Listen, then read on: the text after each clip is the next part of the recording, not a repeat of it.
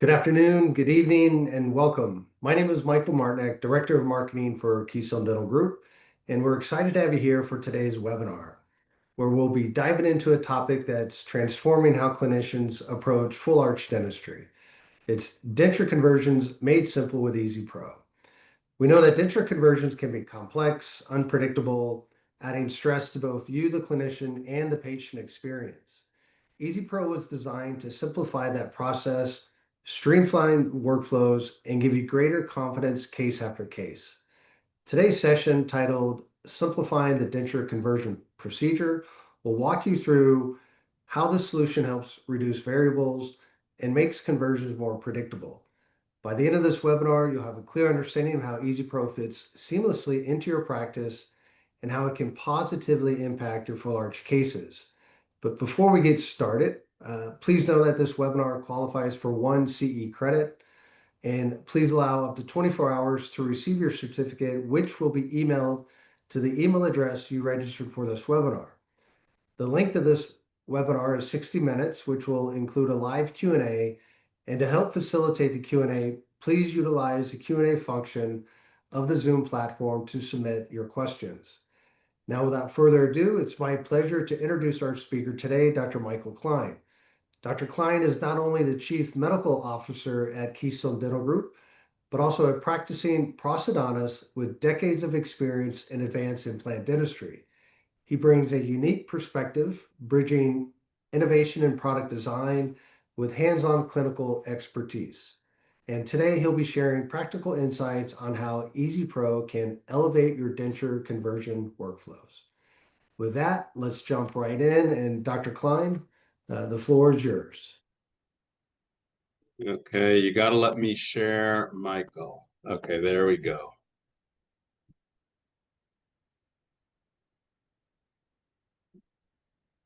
Okay, so good afternoon, good evening. Thank those of you for taking off maybe a little earlier from the West Coast in your day from your clinical practice. And for those of you on the East Coast for staying a little later or spending your early evening hours with me. Today I'm going to talk about the EasyPro denture conversion product. And we have an hour or so, and I have a lot of things I want to share with you. So I'm just going to jump right into it. Okay, so here's a patient that a very recent patient of mine that came in that had these implants placed actually many years ago, and it's a failing implant case. And we're going to go ahead and treat this as a standard full arch solution patient. Okay, we're going to remove the implants. It could have just easily been teeth, and we're going to place implants and immediately provisionalize the patient. So here's our patient. This is Jacqueline. Okay, Jacqueline, you ready for your treatment today? I'm ready. You ready to get rid of those loose bottom teeth? Yes. All right, okay. I know you're a little nervous. Very nervous. Okay, but... and I've done it before, but yeah, nervous. Yeah, okay, so we'll see when you're all done. Okay.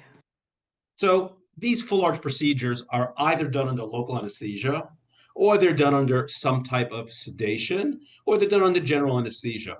It really doesn't matter. In any one of those scenarios, there's always a time element. If it's done under local anesthesia, well, the local could be wearing thin. You finish the surgical procedure, and now you want to kind of get through the conversion, the provisionalization of the patient. So there's a time element there. And if the patient is under some type of sedation, whether it's conscious sedation or general anesthesia. Again, there's a time element. How long do you want to go ahead and keep that patient sedated? Whether regardless of the sedation type of technique. So we want to be able to go ahead and get through these procedures, very efficiently. And that's what I'm going to introduce you today here with the EasyPro system. I know some of you probably have seen this or even have been using this. And so along with showing you the system, we're going to be including with this tips and experiences from now, over a year of this being in clinical practice, as well as some new tools that create efficiencies and additional remedies to make things an even more, simple and efficient system. So let's jump right to the procedure where the implants have been removed on Jacqueline. We've put in new implants, and the multi-unit abutments are in place because this is when the EasyPro procedure starts, right? So we go and we place the EasyPro abutments while the flaps are still open. Okay, we remove those PEEK caps, we do whatever grafting is necessary, and then we go ahead and we suture the patient. We put on retraction O-rings, and then we try in the conversion prosthesis to make sure it seats properly, make any adjustments to make sure it's seated, and then we do the reline procedure. So we put in our acrylic, we inject it around the EasyPro abutments, and then we seat the denture or conversion prosthesis into place. Now, once the material is set, we go and we remove the prosthesis. There you see me going ahead and removing that from the patient's mouth. And this is what it will look like. We're seeing the underside of the EasyPro units or copings. I'm going to go ahead and fill in any voids that may not have been captured in the reline procedure. And then I'm removing the flanges. So there you see these gold copings that have been incorporated into the conversion prosthesis. We then go and we create the screw access holes through our system with the drill guide, and we pull an intaglio drill. And you see it very rapidly. We'll go ahead and make holes all the way through in the position where the screw accesses holes are going to go ahead and be. And there you see all those holes. And you see it makes a nice, clean, very defined hole exactly where your screws are going to go.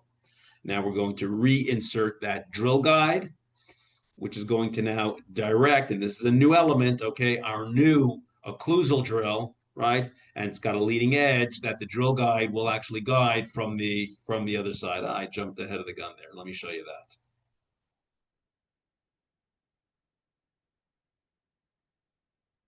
Okay, so it very elegantly goes ahead and creates the screw access hole.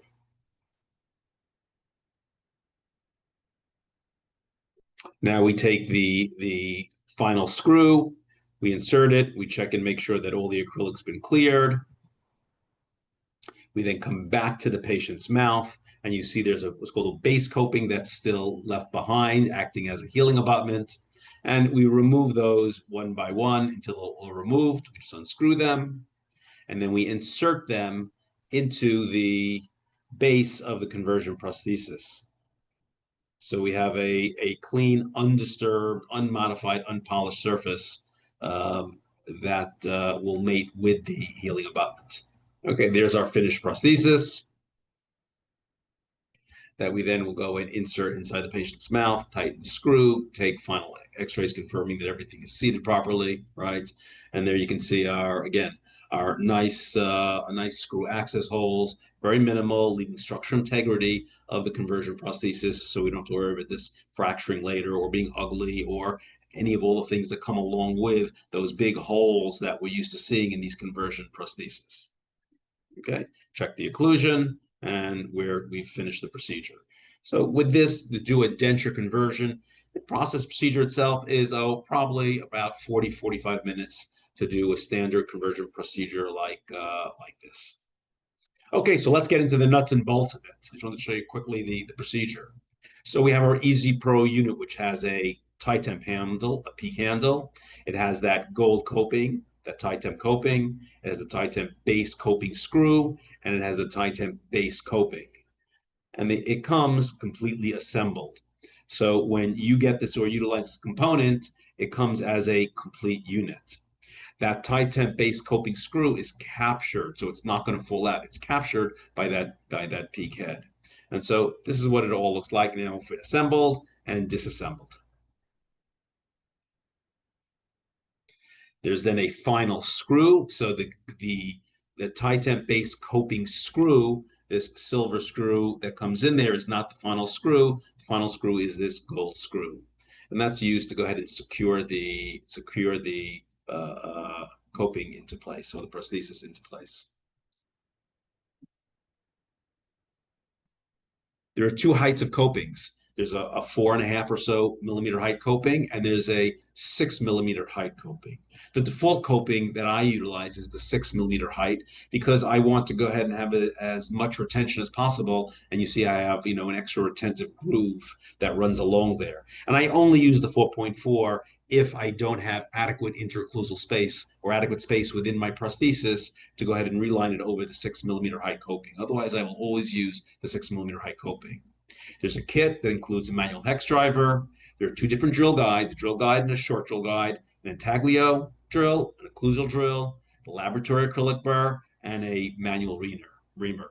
It comes in a nice case, so it's all assembled together. Your staff doesn't have to go looking for all the different parts and pieces, right? It's always, kept together. And then the two other elements are the retract O-rings and is the base coping retrieval tool, which is a new tool that you'll go ahead and see as we move along in the presentation. So how does the whole workflow work? So number one, right, this is a multi-unit based type of system. So we need the multi-units that are on our implants, and we need our denture, and we have our laboratory kit. That's all we need in addition to our EasyPro units. So the EasyPro unit comes in a bag, and it comes sterile. So you don't need to go and sterilize it. You don't need to go and drop it in some Paradex for a few minutes. And the EasyPro unit, including the final screw, right, come inside that package.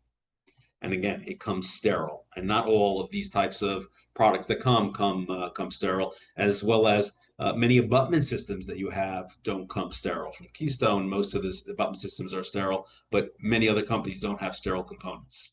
Next, we have the hex driver, and the hex driver fits through that peak handle, okay, to go ahead and secure the EasyPro coping. So we take the EasyPro unit after it's removed from its package, we put the hex driver through, and then we don't have lots of little parts and pieces, right, to fumble around with, right? We can use that handle and we securely tighten the hex screw, right? So no small parts, right? We're not holding a little abutment or a little coping and trying to screw it in. We can do it securely with that peak handle. Next, we remove the peak handle, and we do that just by tipping it to the side. You tip it to the side, and it will come right off. So you see it goes, you just tip 1, 2, 3, and 4. Okay, it's not unscrewed, it's just tipped off, and you're left with that gold coping. Next, we replace the retract O-ring, okay? And so the retract O-ring is slipped over the gold coping, and it has really two purposes. One is that it retracts, it almost acts like a retraction cord. It pulls the soft tissue away, so it exposes the retentive elements, right? Number one. And number two, it then acts to prevent any reline material from seeping down around the abutments. There are two sizes. There's a thin and a thicker one. I would generally use the thicker one. It's a little more retentive and holds the tissue down a little bit better. But if I have inadequate space between any of these copings, the EasyPro units, then I'll use the narrower O-ring. Okay, so we get complete soft tissue retraction for a predictable hard reline. And we don't need any kind of pre-treatment of copings with the acrylic required. Like with a lot of temporary components, we'll pre-treat them. We'll take some acrylic with powder and liquid and paint them around. That doesn't need to be done with this system. We have adequate retentive rings, and by using the retract O-rings, we expose them and we get a predictable pickup. Okay. There's also no rubber dam required to go ahead and prevent material from running down around the abutment. If you want to go and protect the incision line and you don't want to get sutures caught in the reline, then you can go ahead and I would generally recommend a liquid rubber dam as opposed to a conventional rubber dam. When you use the conventional rubber dam, I think you end up occluding some of the retentive elements on the copings that you want to go ahead and pick up. And I don't think it's necessary with the retract O-rings. Put the retract O-rings on, and then you can cover the incision line with a liquid rubber dam if you elect to go ahead and do that. Now, a step that I've talked about in the past is going ahead and blocking out the screw access holes with a putty. And you can continue to do this, but I've actually, in clinical practice, I've eliminated this step. I don't find it necessary. The acrylic that runs in there is just picked up in the denture. We don't have any of that material left behind. And if I block out these screw access holes with that putty, then I have to clean that up afterwards after the reline. So I've eliminated that step. But this is what it would look like. Okay, you put on the retract O-rings, and then you would block out that screw access hole. Again, that's an elective procedure. I've elected actually to eliminate that step, the step of the silicone material or putty blocking out that material. Next, we want to make sure that the denture is relieved properly. You can do that any way you conventionally do that with any of your procedures. Here I'm using a silicone paste for that. okay? But you can use a denture marking stick. I'll use that frequently also. So you inject the silicone material, or I would paint denture marking on the EasyPro unit, and I seat it into place. I will then go ahead and remove it, and I see where exactly those EasyPro units are, and then I can go and I can remove. I can take my drill burr from the kit. Okay, you don't need to get another one, and I can go ahead and relieve those spots where the EasyPro units are, so it seats passively over the EasyPro units. Okay, once I've relieved it, I'll take and I'll seat it to make sure again that it seats passively. Last thing I want to do is fill that with acrylic for the reline and then not be able to seat it properly because I didn't go ahead and relieve it enough. So I'll always check it at that point. Okay. We then do the reline procedure. You can use whatever you like. I like to inject whatever my whatever material I'm using. This is Luxaflow. I've actually changed now to doing conventional acrylic. I like the Luxaflow because it was easy to inject and it cured very, very rapidly. So I'll place the material, whichever one it is, I'll inject it into the denture for the reline, and then I'll inject it around each one of the EasyPro units. After I've gone and injected on the EasyPro unit, then I take the denture and I will seat it into place.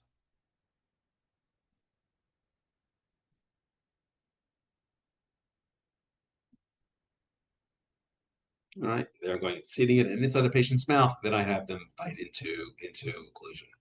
Once that's set, okay, I go and I remove the denture, and I remove that not by rocking, but I pull on one side and then I pull on the other side. If I'm rocking it, I can just go ahead. Remember, this is just acrylic relined around those copings. I can loosen them. So I'll pull on one side and pull on the other side, and you can see it very nicely picks up the copings.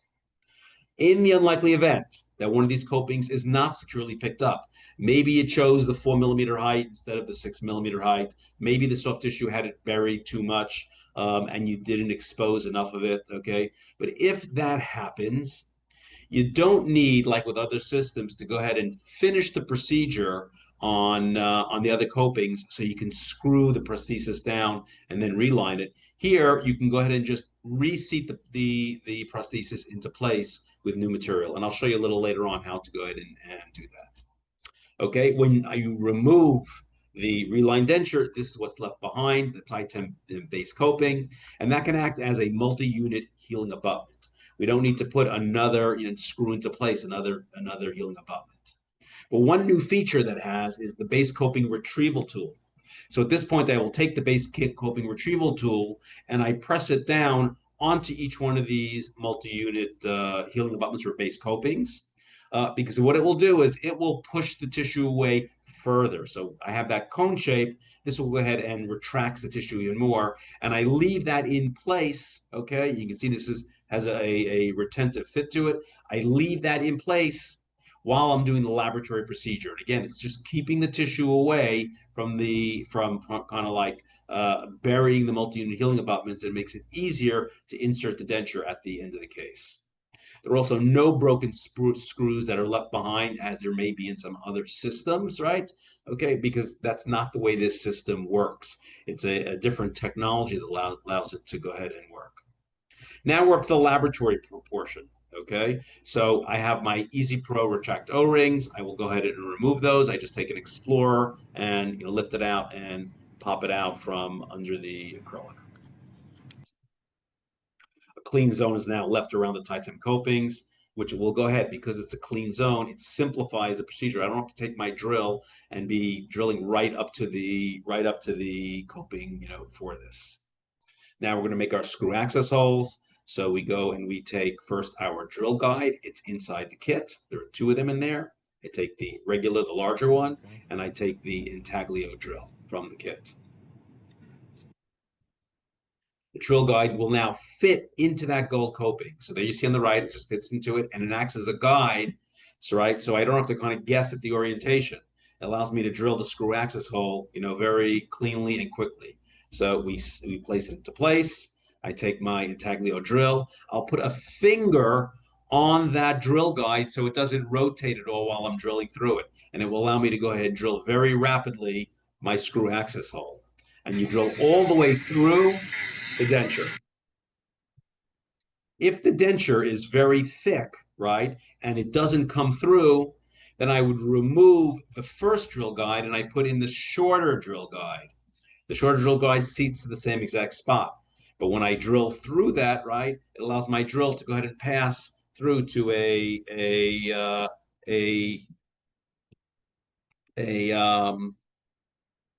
deeper depth. That's what I would call it. Okay. And again, this drill guide, you can do this procedure not using the drill guide. It just allows you to do it more rapidly and it always gives you the correct alignment for this. Okay. And inside that kit is the second drill guide. They're both in there. Okay. All the parts are in there. All right. So now I've drilled those holes and you can see I've got that nice hole. I didn't need to go ahead and cut a big hole through this. I've maintained the structural integrity with the strength of this denture. So it's not going to fracture later on. Next, I use the occlusal drill to widen, right, for the head of that screw. And so for those of you that have done this before, seen this before, this is the occlusal drill you've seen. We now have an improvement, an upgrade to that drill, and this is the new occlusal drill. So if you've got that old occlusal drill, you're going to want to get this new occlusal drill, and you'll understand why in just 1 minute. Now with this new occlusal drill, we take the original same exact drill guide and we put it back into that gold coping. And the leading edge of this new occlusal drill, right, is guided by that.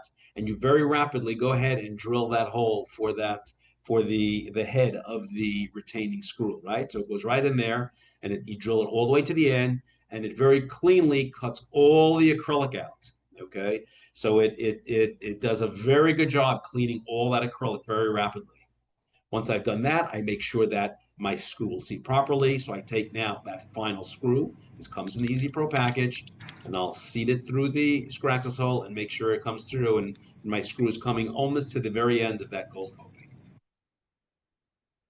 Okay, now if it doesn't go all the way through, then there's a reamer to clean any additional acrylic that's in there. This step has now become completely unnecessary with the new occlusal drill. So you still get that reamer, excuse me.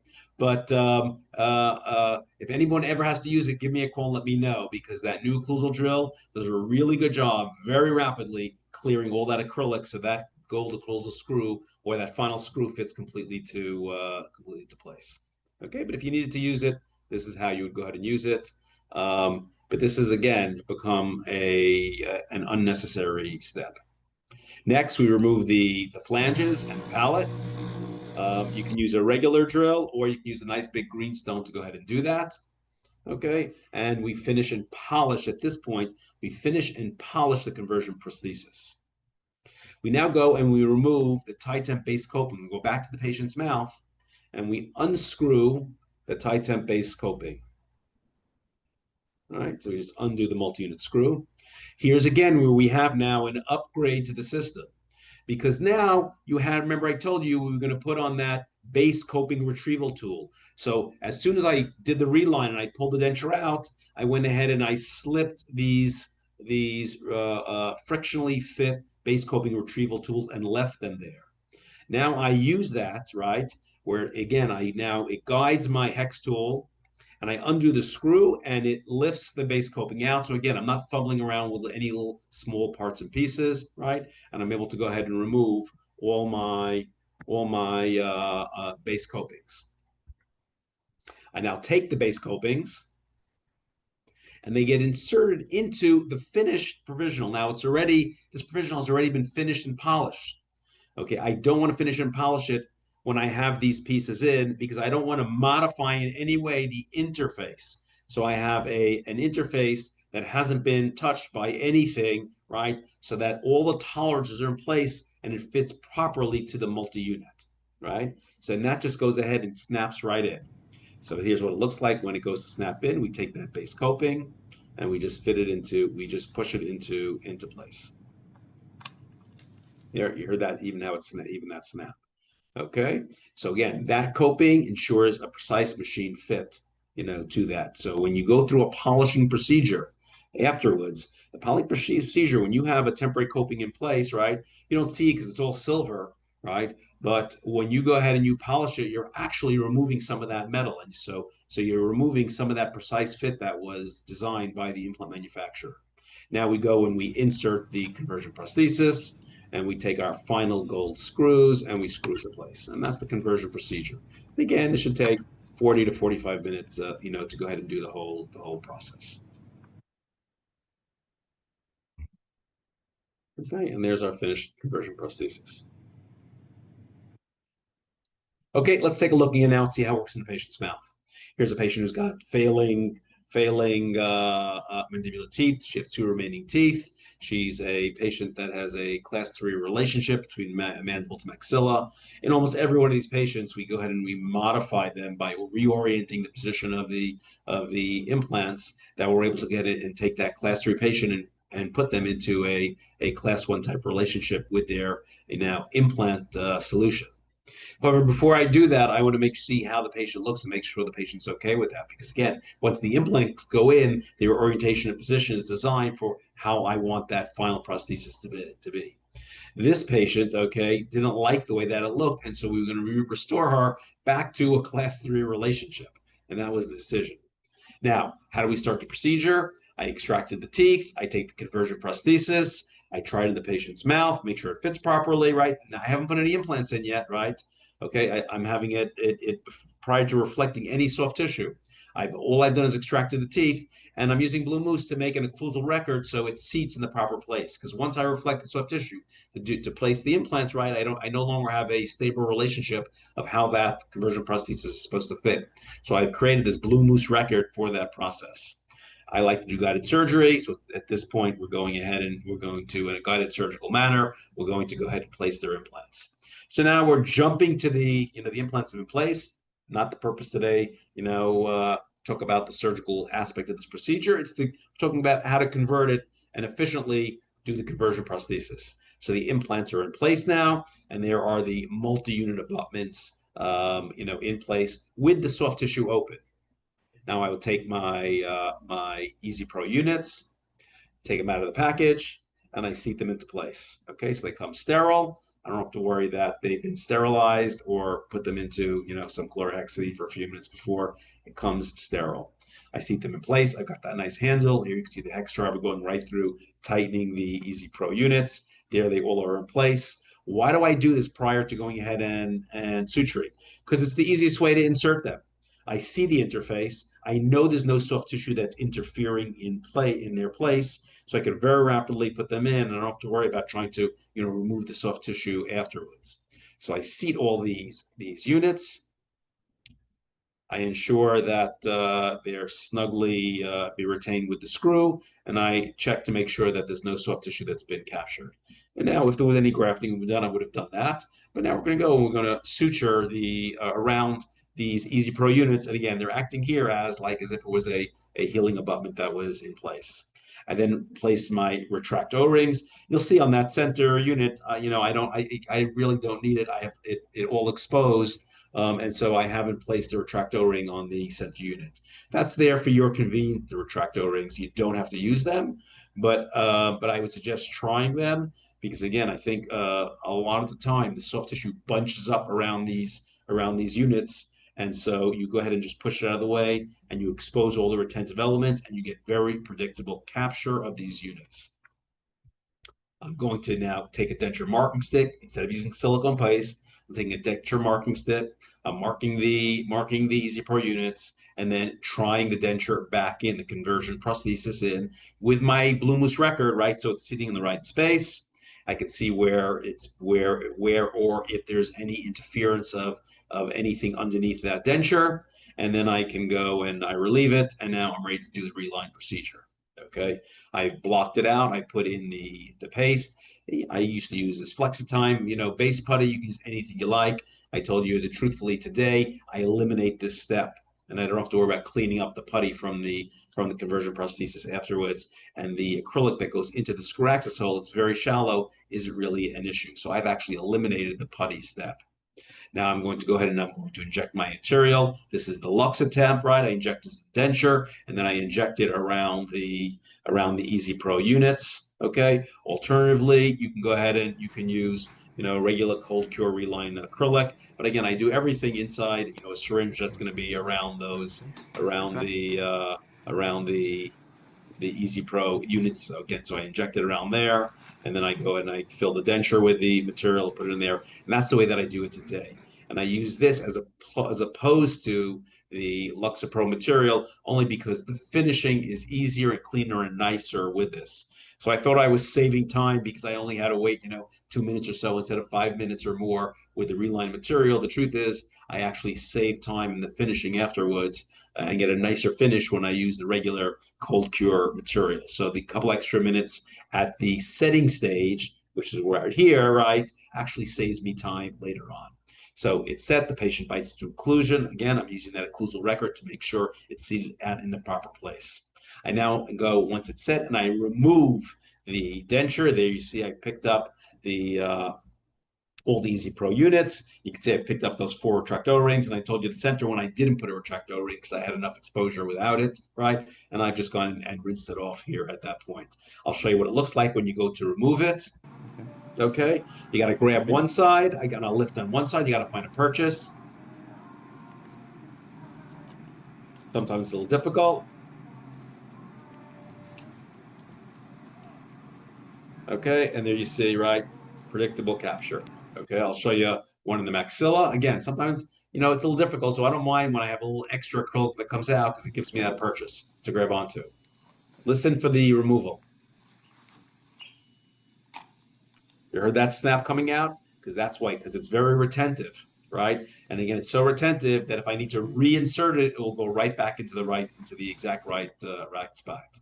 When I remove it, this is what's left behind, right? The base copings are what's left behind.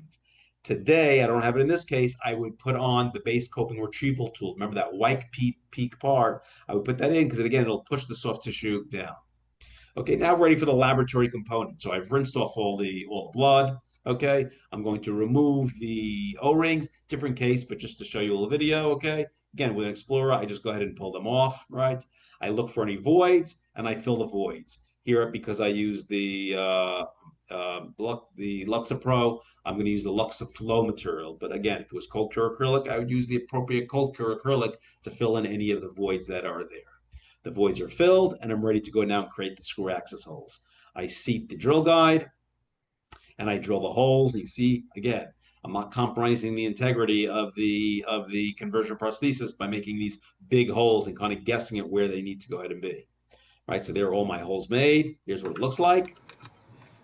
Again, actually different case. I very rapidly can drill those holes and move it from EasyPro unit to EasyPro unit.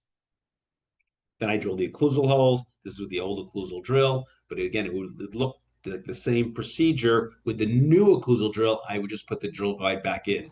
That allows me to work even cleaner and more rapidly.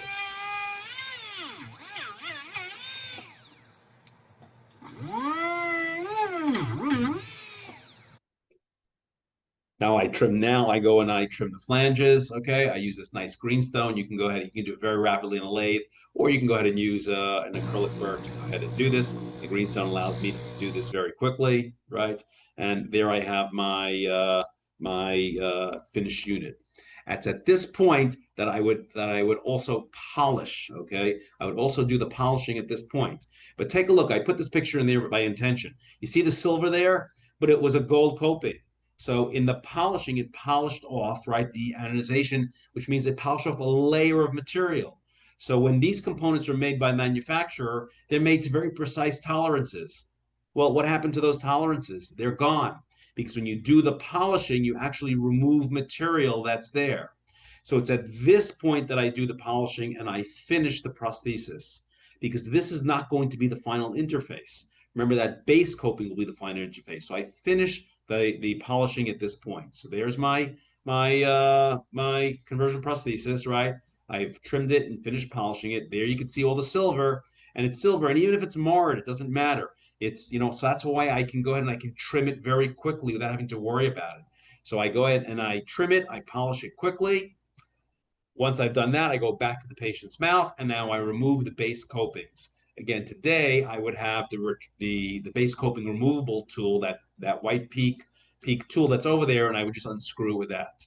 I take all the base copings, and then they get placed one into the next, of these. And now you have that like pristine interface. Because the polishing is done beforehand. The polishing actually ruins the tolerances of the components, right? So I don't want to do that. I want to have everything fit precisely. So now I put in a component that hasn't been polished, and the prosthesis is finished. So here's what it looks like when I put it in. Right? That's it. You just go ahead and pop them in just like that. And they're all in place. And you can see what the interfaces look like, right? Everything is very, very precise. And there it is seated inside the patient's mouth. Okay, again, probably around a 45-minute procedure for the EasyPro or the denture conversion prosthesis.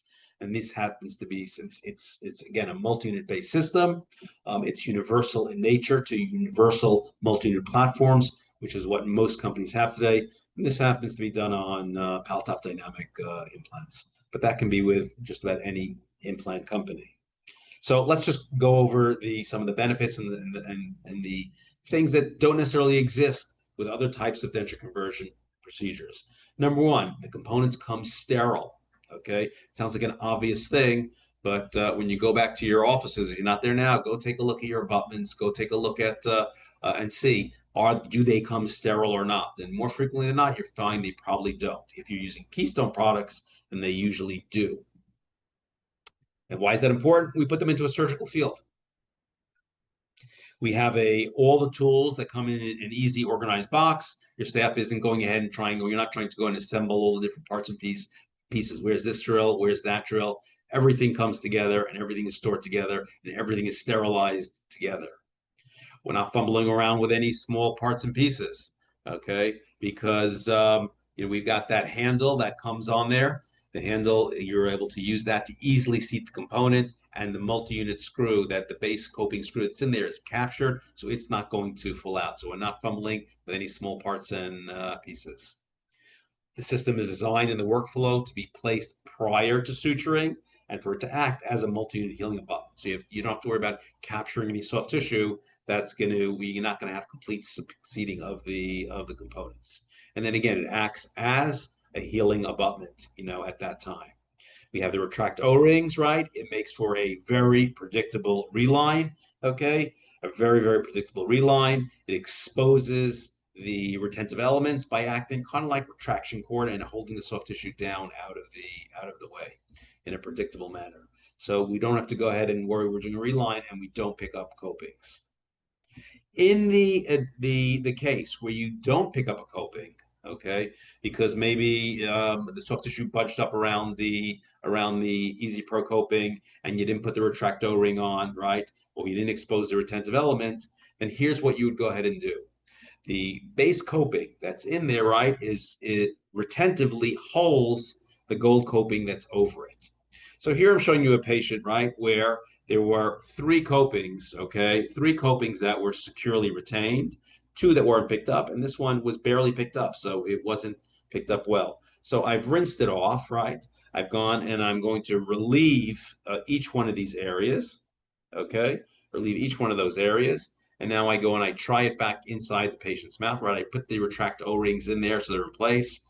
I'm going to make sure this go ahead and seats completely, right? I've relieved it enough.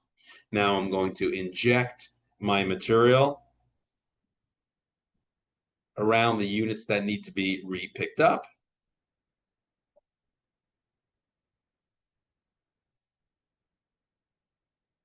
And then I just insert the conversion prosthesis. Remember, I haven't finished it at all. I'm just picking it up from the step where I realized they weren't closely secured, and it fits securely back into place.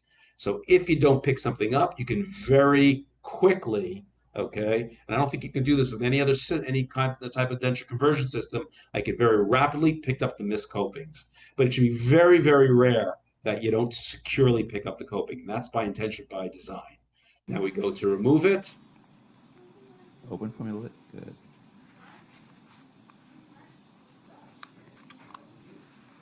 Right, and so now we securely pick them up. And here here. It's just this is more of an FP1 style prosthesis, right? So this can be used in FP3 or FP1 style type of cases with the EasyPro system.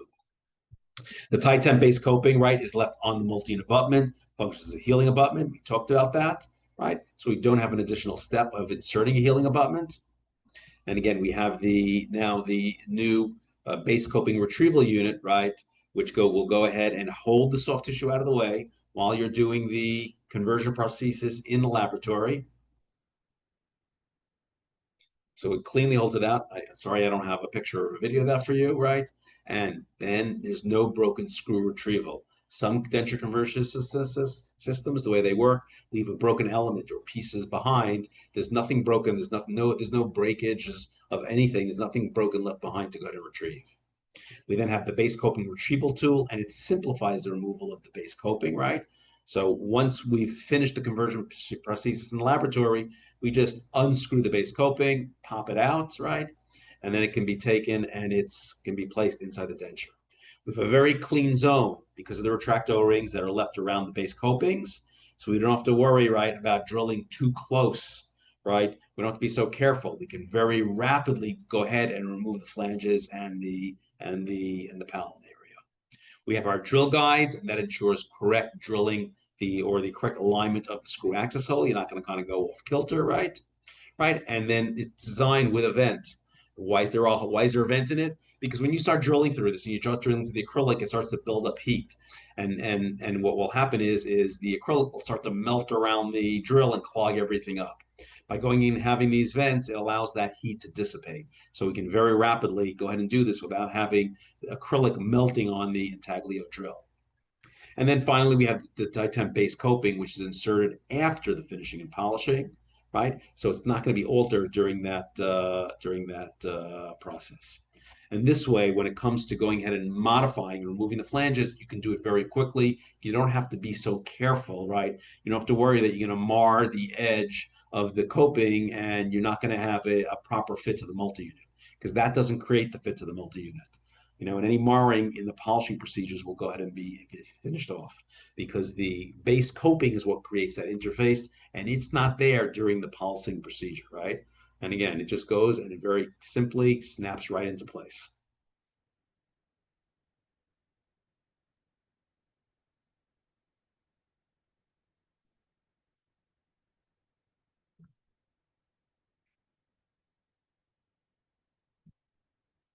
Okay, and again, that's what our finished prosthesis looks like, right? And so, we end up ensuring again that it maintains all the tolerances as was designed for the system.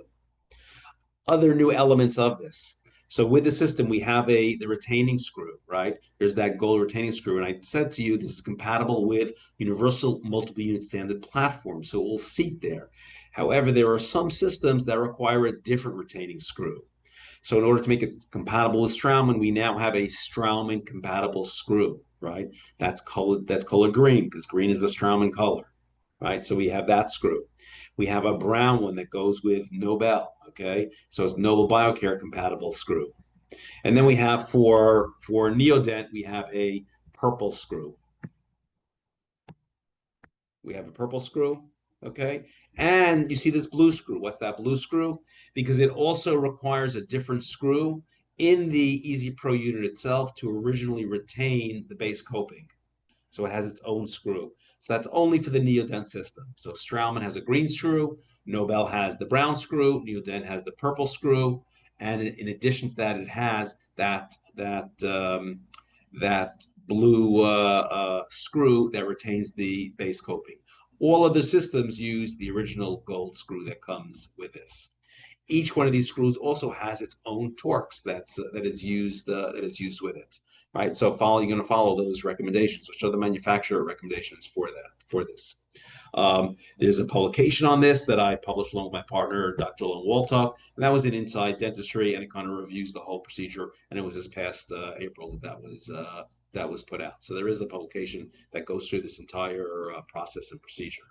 Now, I'm showing you this in full arch, but it works just as well in looking at small segment bridges.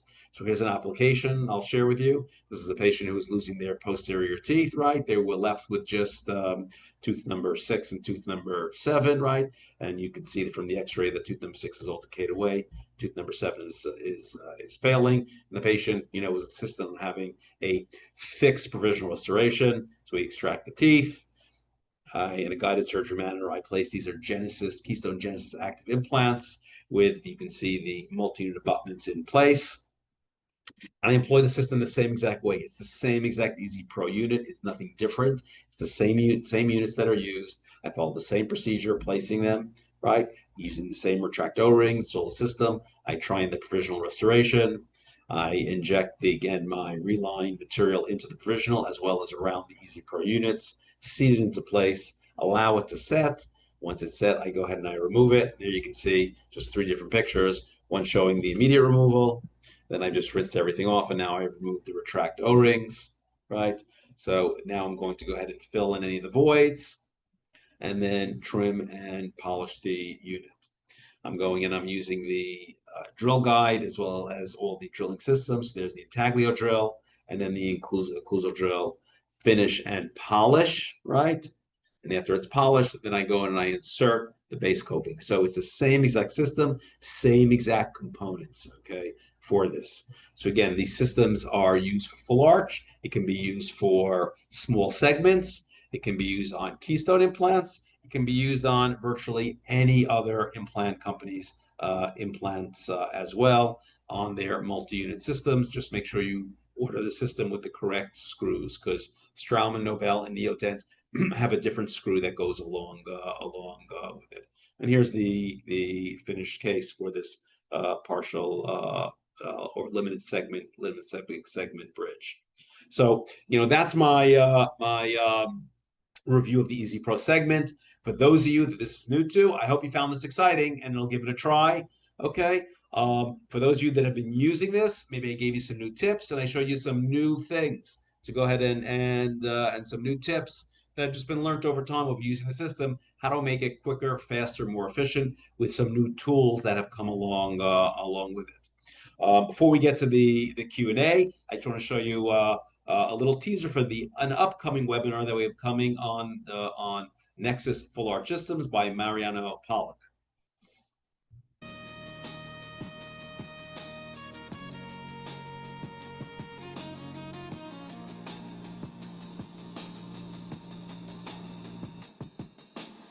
So this is the Nexus iOS system. And what is that? It's a full arch restorative systems that allows you to go from start to finish in 3 appointments at an accuracy of sub 10 microns, average linear deviation from implant to implant in a predictable manner, right? And here are the 3 appointments. We take all the records. You then do an optional try-in, which I pretty much always do a try-in, and then you deliver the prosthesis. So you'll hear all about this. It'll be an exciting webinar. It's an exciting technology. By the way, if you're already doing this, again, you're going to hear this webinar not with me, with Dr. Pollock, who is fascinating to listen to, and you'll hear some tips and tricks and his experiences that he's had a number of years with the system. So I hope you'll attend that webinar. Again, if you don't know about the system, or even if you have been using the system, I encourage you to go ahead and attend that webinar. Again, on the Nexus iOS system. This is one of, I think, the most exciting new aspects of full arch treatment, for our patients. So I think we're going to wrap it up now. We have a couple of minutes left, and let's take some questions on EasyPro. By the way, there's my email. You see it, mklein@keystonedental.com. If you have questions that aren't answered, or if you have questions afterwards, you're welcome to go ahead and email me. If you do and I don't answer you, just email me again. Okay, so Michael, do we have questions or any coming in? Yeah. If you could stop sharing, I'll take over the screen. But thank you so much, Dr. Klein. Fantastic presentation. I think very, very very insightful, very incredibly valuable, I would say. And at this point, we'll open it up to all of you for questions. If you haven't already, please drop your questions in the Q&A and we'll address as many as possible. And thank you for those that have already submitted your questions. And let's look at the first one. So first one, Dr. Klein, the question is, does it matter what kind of multi-unit abutments are used on the implants? Okay, so good question. A foundation principle number one is that this is a multi-unit based system. Today, most implant companies have a design or geometry of the restorative platform of the multi-unit that's almost universal. Okay, it's almost universal. So that's the same whether it's Keystone, whether it's Nobel, whether it's Zimmer, whether it's BioHorizons, whether it's Straumann, that are all similar. So that's one aspect of it. The second aspect is the retaining screw. And so I showed you that we have basically four different retaining screws. We have the gold one, which is the standard one that fits to Keystone, as well as to Zimmer, BioHorizons, and most other implant companies. Then we have a different screw, okay, retaining screw, because that's going to be a little different. That goes to Nobel, Straumann, and Neodent. But otherwise, it should fit to almost all multi-unit platforms. And again, if you're not sure about yours, you just go ahead and contact your Keystone representative, and they can go ahead and tell you if your system is compatible. But it would be an odd system that wasn't. Awesome. Thank you, Dr. Klein. Another question here is, will EasyPro, will it work with 30 degrees angulated multi-unit abutments? Okay, so good question. Does it work with a 30-degree angulated multi-unit abutment? And so, the EasyPro unit doesn't know, okay, anything about the what goes be apical to the restorative platform of the abutment. It doesn't know whether it's an angulated abutment or whether it's a straight multi-unit. It just knows, does it seat on the restorative platform? Okay, so it doesn't matter whether it's a straight multi-unit or an angulated multi-unit. What does matter is that 30-degree angulated multi-unit corrects, let's call diversions of that implant, so the multi-unit abutments the are within approximately 20 degrees divergence of each other. Okay, so the orientation of the implant doesn't matter. It's the multi-unit with the correction that it provides. Perfect. Another question, Dr. Klein, is there no risk of the denture getting stuck on the abutments during the reline if you don't use the O-ring? So is there a Okay, risk if you don't use the so the O-ring? question is, if you don't use the O-ring, is it possible that there will be material that will run underneath or apical to the restorative platform and capture the multi-unit abutment? Okay, so that depends upon a lot of factors. You have a multi-unit abutment, and the question is what's the relationship of the multi-unit abutment restorative platform to the level of the soft tissue? If you're placing multi-unit abutments and the multi-unit abutment, right, the restorative platform is coronal, right, is coronal to the soft tissue and it's not apical to the soft tissue, and you don't use it, yeah, then if you have a concave design, it's going to run into that concavity, and wow, you're not going to have a good day because it's going to lock onto that abutment. Okay, so you better use that. If you have not a concave design, but you have a straight one, yeah, okay, if your multi-units are very parallel, right, you'll be able to get it off, right, again, if it comes above that. But if you're placing it, as most of us do, so the restorative platform, right, is going to be subgingival. I like to place it. So my restorative platform is, I shoot for around time of surgery around 2 millimeters or so subgingival. So once I have, all the resolution of the inflammation, remodeling the bone, I still have a restorative platform that's going to be at the level of tissue or slightly subgingival to it. So if you have that there, okay, if the wound is open, right, so acrylic can run underneath it, right, and you can lock it on, and so that O-ring will help. But if you go and you suture it, right, okay, so that O-ring helps because any gaps that are there, it kind of covers over that. Having said that, I showed you a case where um, I didn't go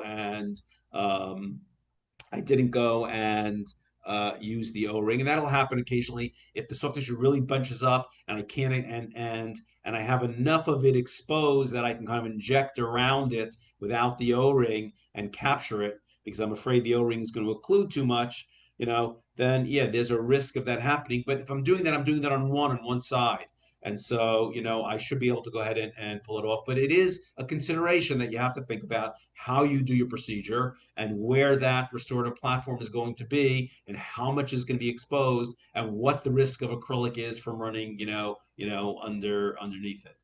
And again, there's no problem. You can certainly use a rubber dam, okay? And if you're going to use the rubber dam, I would put the rubber dam on first and then use the retract O-rings to apically position the upper rubber dam and hold them down into place. Or as I said, I think it's probably a little nicer and easier to use the liquid rubber dam. I probably should go ahead and do that because I pull sutures every once in a while and have to come back and put in a suture or two.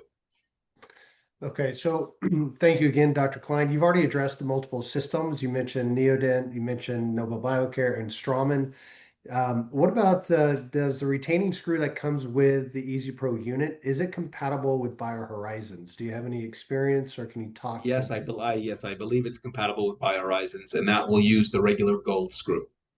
Okay, perfect. But if you have any of those kinds of questions, specifics relative to your system, again, just reach out to your Keystone representative, and they'll go ahead and they can go ahead and they'll have a chart, and they can say, yes, this is the part that you use for that. But again, those three systems that we talked about, Neodent, Straumann, and Nobel, at least from larger systems, those are the ones that use a different screw.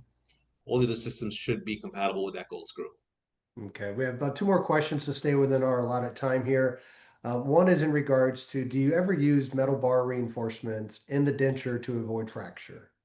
So good question. Do we ever use metal bar reinforcement? Okay. And the answer is that in truth, I also do a lot of FP1 style type of restorations. Okay. And so they're much smaller and thinner in terms of that. So we will sometimes go in and use some type of reinforcement. Sometimes we'll immediately provisionalize using the system at that time and take impressions, and then 2 days later actually deliver a provisional that's milled, that fits on top of a metal bar that actually screws down to these multi-units. But in terms of the immediate reline at this time in this type of conversion prosthesis, no, you see, I have a thick enough and structurally strong enough restoration, even on the buccal and lingual. And because I didn't have to go make these great big holes that go all the way through the denture, where when you reline it, it creates a weak point. I haven't experienced fracture of the provisional prosthesis, since using this system with these types of conversions. Great. And then one last question, just more in regards to kind of what you do during these procedures in regards to how do you prevent the acrylic from getting stuck on sutures?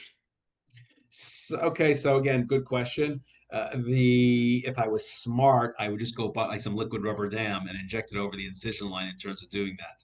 But I don't. I just reline that over it. Sometimes I'll take some lubricant like Vaseline and put it on top of the sutures, or I'll just go and if I pull it and I pull one or two sutures when I do that, then I'll just go ahead and put those one or two or three sutures back in. But really, the smart way to do it would be to use the liquid rubber dam to cover the sutures.